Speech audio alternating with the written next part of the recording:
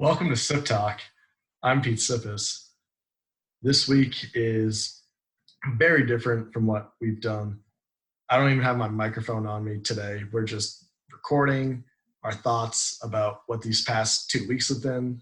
We took last week off because we felt kind of weird trying to record like fun, goofy segments while our country was on fire.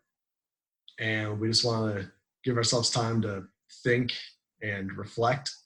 And I'm glad that we did, because going into this in the weekend, and it was probably Friday, I had all my thoughts down and I'm thinking about, okay, this is what I'm going to say. I'm going to bash Drew Brees. I'm going to bash the NFL, and maybe Trump will bash in a little bit. Like, do I really want to dive into that whole politics stuff?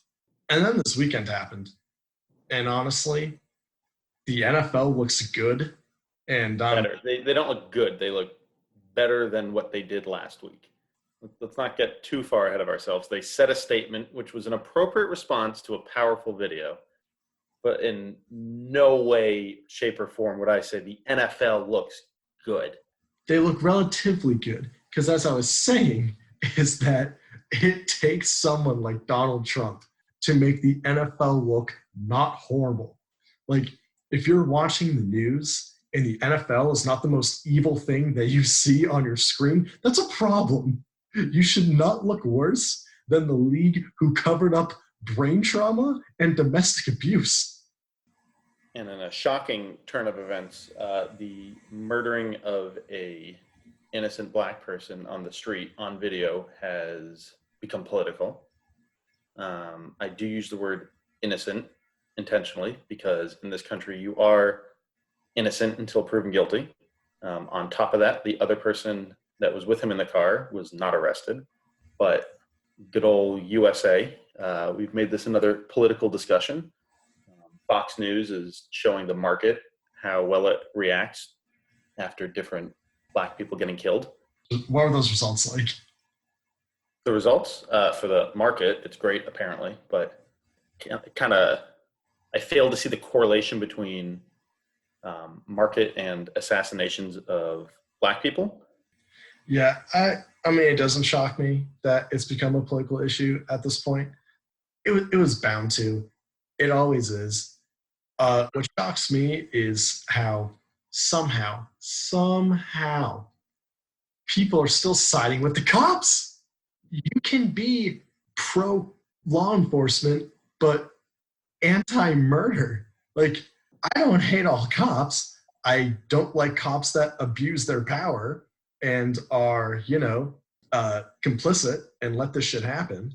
And I thought that was a very small amount, but you showed me some new stats and data that showed that a lot of cops think that they're under attack. I kind of wish I had a degree in public work psychology right now, because I need to figure out why it's just blind following, saying we're under attack, we're under attack, we're under attack. It's crazy. I don't understand in what other profession, like, you don't want improvement. Like, no one is saying we don't need police officers. We're saying we want better police officers. We want a better criminal justice system. I don't understand how that can be misconstrued as un-American. It is crazy. People want reform. People want better things. In what situation is trying to improve something? Like, how can you be against trying to improve something? If it ain't broke, don't fix it. Okay, clearly this is broken. More white people die in the hands of police officers. No people should be dying in the hands of police officers. Like I said, you are innocent until proven guilty. In very rare situations would I ever be like, they weren't tried, but yeah, they should probably have been killed on the scene. But for potentially using a fake $20 bill and getting yanked out of the cop car after he was in there, like, are you kidding me? How can you possibly defend this? I have been pulled over 10 times in my life and have never received a ticket. That's an issue. Well, that's the perfect segue into our next topic, privilege. Anyone who knows us, like, we're privileged. We grew up in a town that was 90% white, went to a very white high school where most of our African American kids were bussed in through the METCO program from Boston. Like, this has not been lost on us. Like what we're trying to express is empathy, because I'm the first to admit I'm not perfect. I could have been a much better ally years before. It wasn't really until I got into college where I realized how privileged I actually was. And I think the biggest thing was I took a social justice class my freshman year in college. And it wasn't a history class, it was a race class. And I started to understand that there's a difference between teaching history and teaching race. What kills me is that we're not taught about race in high school. Like, at no point in my K through 12 education in a school district that prides itself on being one of the best in the state, in the most educated state in the country, did we ever really talk about race. We talked about African American history, we talked about the civil rights movement, but it wasn't really about like what race is. It just kind of said these people are racist and these people are fighting against that, but it never really was like what is race. And we just talk about the civil rights movement, but then what happens after that? Because we talk about it until MLK gets shot. Then what? We go back and talk about World War II? Like, why did we just stop learning about it if racism is still happening today? The way it makes it sound is that, okay, MLK dies, there's some legislation, we're on to the next thing. And looking back at it, like, why do we move on to the next thing? Because when I was in high school, like, Michael Brown was killed in Ferguson and there was riots. We did not talk about that. We might talk about it a little bit in the hallway or right before class, but we didn't have like a unit on it. And what I really want school districts to do is, going into this year, what's happening right now needs to be talked about, needs to be taught to our kids. We can't wait 10 or 20 years until this is a history lesson. It needs to be taught now. Yeah, to go on that, like, when you learn a topic in history, whether it be the Renaissance era, like, when you finish that unit, you're like, okay, that's done. That happened. Now it's done. Then you go on to industrialism. Okay, we're done with that. Got it. And just like that, when we talk about African American history and the civil rights movement, it's almost like when you finish talking about that, it means that it's history, it's done. And I just don't understand how current events really aren't taught. And obviously that's just from our perspective. Like, that's just what our high school and maybe middle school education was like. But in a lot of these other states, like the Texas Board of Education writes these textbooks that go to a lot of other states. Like, we have a very good education system, but it can be better, and it has to be better. And we know it can be better because nothing's really changed. And I'm not saying that like these kids in school right now need to become social justice warriors, but at least show them the door. Like, they need to know these things, they need to have a better understanding. And I know that these history teachers in Massachusetts are more than qualified to teach that. Any teacher is more than qualified to teach that because we're living through this now. This change needs to come through local school boards. Like, trying to tackle systematic racism from a federal level, it's near impossible. But from a local level, you can make some great progress, and it's a start. And me personally, like, I'm very passionate towards education. And I really think that taking steps towards better educating our kids about these issues can really make a change. The problem is that these white suburban parents who are uncomfortable with talking about race will never approve that. And that's a huge problem, that all local politics is very petty. It's very just inside who you know. And it's really hard for young people to make a change in local politics because, especially where we live, most local politicians are just rich parents who have time on their hands and have the resources to run a local election. Like, college kids can't do that. They're eligible to do so. The age limit's 18, but what 21-year-old's going to run for school board? I have people tell me all the time, and parents and whoever, oh, like, young people have to go out and vote. That's going to make the change.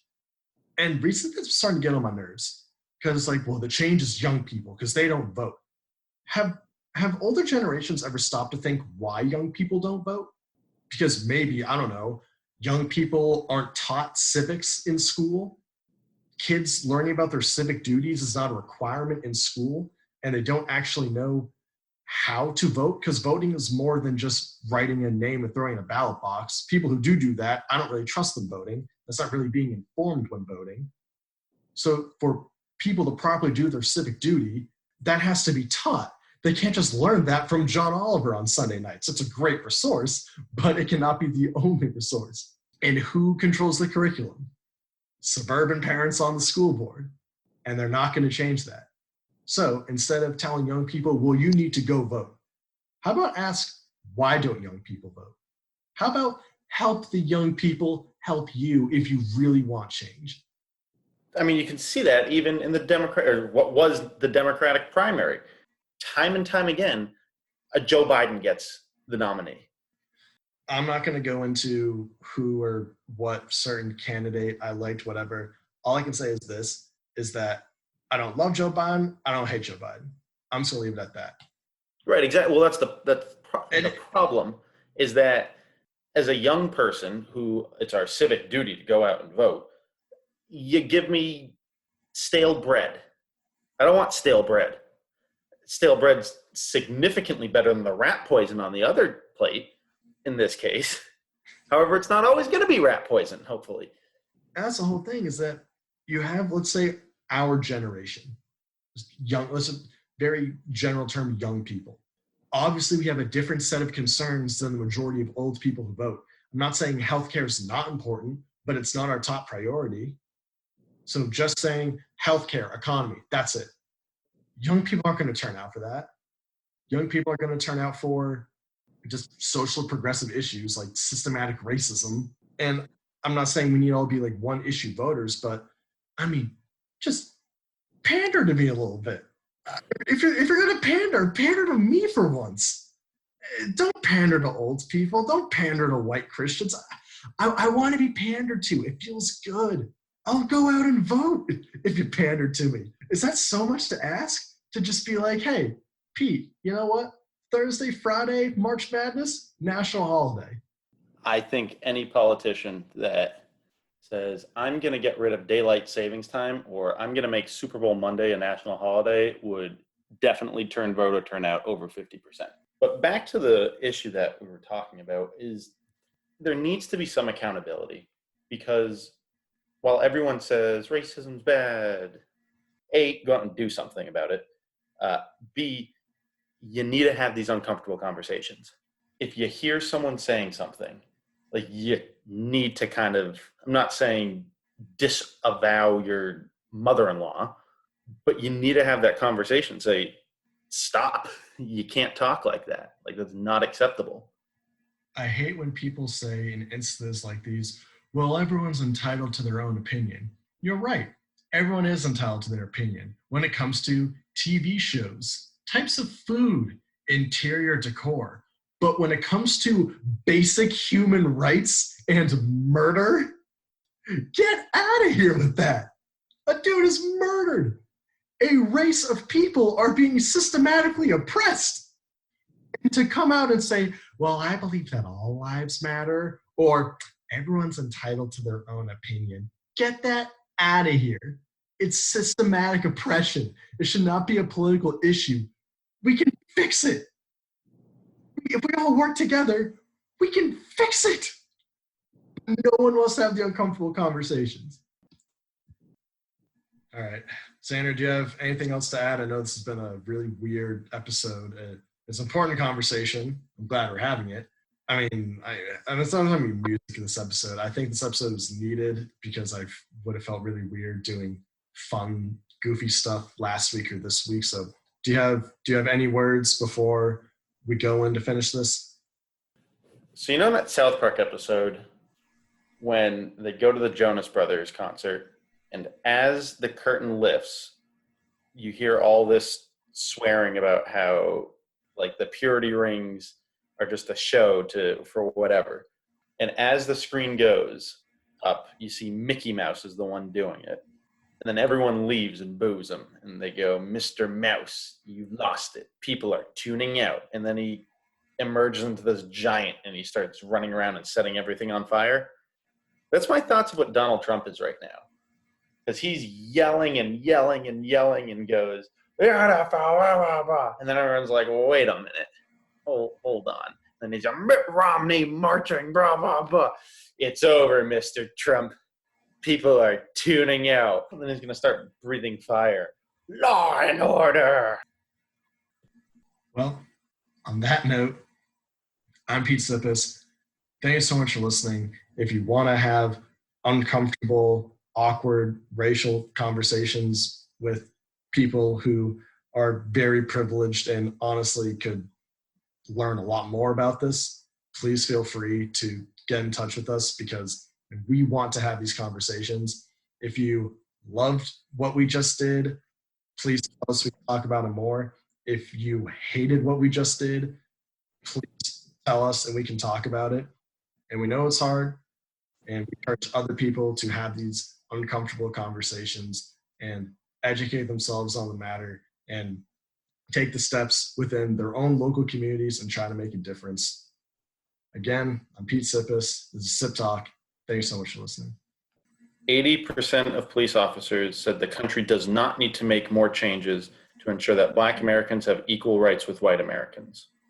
35% of officers said that protests against the killing of Black Americans were motivated, at least in part, by a genuine desire to hold officers accountable. 67% of officers thought that deaths of Black people in these encounters with the police are isolated incidents compared with the 30% who said that these deaths are part of a bit broader problem. 20% of Americans are opposed to the protests of George Floyd's death. 10% think that Americans think that George Floyd's death was a tragic accident.